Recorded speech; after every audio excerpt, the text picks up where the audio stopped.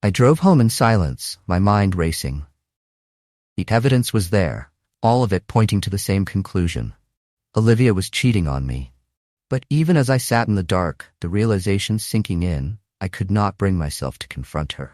Part of me wanted to scream at her, to demand answers, to know why she had done this to us. But another part of me was paralyzed with fear. What if I was wrong? What if there was some other explanation, some reason that made sense?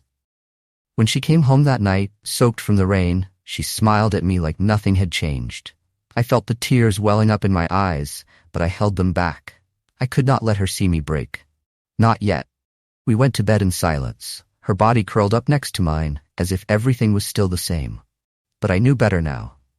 The distance between us was not just emotional, it was physical, tangible, like a wall that could never be torn down. I lay awake that night, staring at the ceiling, my mind filled with 1,000 questions. Should I confront her? Should I walk away? Could I ever forgive her for what she had done? The betrayal cut deeper than anything I had ever felt before, but I was not ready to let go. Not yet. As I watched her sleep beside me, peaceful and unaware of the storm raging inside me, I realized that I was at a crossroads. I could choose to confront her, to demand the truth, or I could choose to stay silent and live with the uncertainty. Either way, my heart would never be the same. The night stretched on, and I found myself trapped between two impossible choices. The love I had for her, and the pain of her betrayal. The truth and the lies. And as the dawn broke, I still did not know which path I would take. I remember the silence. It is strange to think about it now because we never used to have silence. When Emily and I first got together, we talked about everything. We spent hours telling each other about our day, our dreams, and our pasts. But lately, the silence was all I could hear. The day it really started to bother me was last Tuesday. Emily had forgotten to call me back after her late shift at the hospital. She was a nurse, always busy, always tired. So, when she came home late and went straight to bed, I did not think much of it. But then it happened again. And again. She stopped texting me during the day too. When I asked her about it, she smiled and said, "It is just work, love. Do not worry." But I did worry. Maybe it was silly, maybe I was paranoid, but something felt off. I did not tell anyone at first. How could I? We had been together for 5 years. She was the person I was going to marry. We talked about it just a few months ago, planning a small wedding by the lake, inviting only close family. It was all so real in my mind that I could not admit something was wrong. Not yet. Then came the first clue. I found a receipt in her jacket pocket. It was from a restaurant on the other side of town. A fancy place we had never been to. I asked her about it casually, trying to keep my voice light. She hesitated, just for a second, and said, "Oh, I went with a few friends from work. It was nothing special." I nodded, pretending to believe her. But the doubt stuck with me. Why had she never mentioned it before? Why did she not post pictures of it like she always did when she went out? Our social media had gone quiet, too. She used to post photos of us all the time. Now, nothing. Not even a single post in weeks. The next clue was harder to ignore. She forgot our anniversary. We had plans. Nothing big, just dinner at our favorite little cafe. But when the day came, she did not show up. I sat there alone, waiting for her. I texted. I called. No answer. 2 hours later, she called me back, sounding distant, apologizing, saying she got caught up at work. I wanted to believe her. I really did. But something about her voice felt off, like she was somewhere else. Not just physically, but emotionally. The silence between us grew louder after that. She would leave early for work and come home late. I asked her once if she wanted to talk about it. She just smiled, that same empty smile, and said, "I am just tired, love." But her words did not match the look in her eyes. They were distant, cold, and I felt alone, even though she was right there. I started to pay more attention. I began noticing other things. She was avoiding certain places we used to go together. Our Saturday walks in the park stopped. She claimed she was too tired. We stopped going out to dinner. She was always too busy. But then I found another receipt. This one was for a hotel, and it was in her purse. My heart sank. I stared at it for what felt like hours, trying to make sense of it.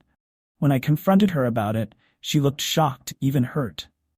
"I was covering for a friend at work," she said quickly. She needed to use my name to book the room. I wanted to believe her. I wanted so badly to trust her, but I could not shake the feeling that she was lying.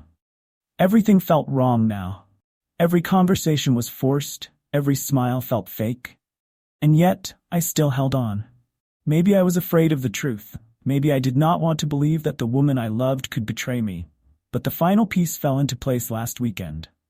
We were at a small gathering with some of her coworkers. I was trying to be supportive, pretending everything was fine. Then I saw it. The way she looked at one of the men there, Mark, her colleague. It was not just a friendly glance. There was something more in her eyes, something she had not shown me in months. They talked quietly, standing too close, their shoulders brushing. My stomach turned. It was like watching someone else's life, but I knew this was mine. I left the party early, making an excuse about feeling unwell. She barely noticed.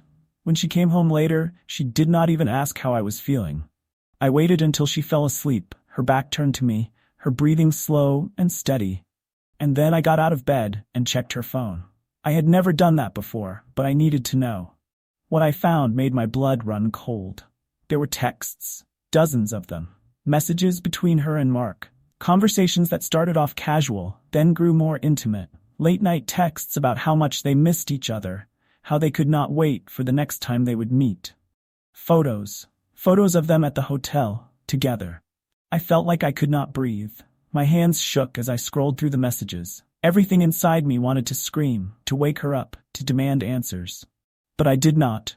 Instead, I sat there in the dark, the weight of it all crashing down on me. How had it come to this?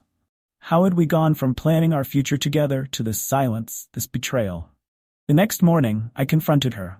I showed her the messages, the photos. She did not deny it. She just looked at me with those same distant eyes as if she had been expecting this. "I'm sorry," she said softly. "I did not mean for it to happen, it just did." That was it. No grand confession, no explanation, just silence. I left that day. I packed a bag and walked out, unsure of where I was going or what would happen next. As I drove away, I realized something. The silence that had grown between us, the distance, it was not just her fault. I had stopped trying too. I had ignored the signs, pushed away the doubts because I was too afraid to face the truth. We both had let the silence take over. But there was one thing I had not expected. As I drove past the hotel where they had met, I saw Mark standing outside, arguing with someone. It was not Emily. It was another woman, a stranger. She was holding a child, a little girl who looked just like him. And in that moment, I realized the betrayal was even deeper than I had thought. He had not just been cheating with Emily. He had been lying to both of us. In the end, it was not just my relationship that was broken. It was his entire life, too. And as I drove away, I felt a strange sense of relief. The silence was over.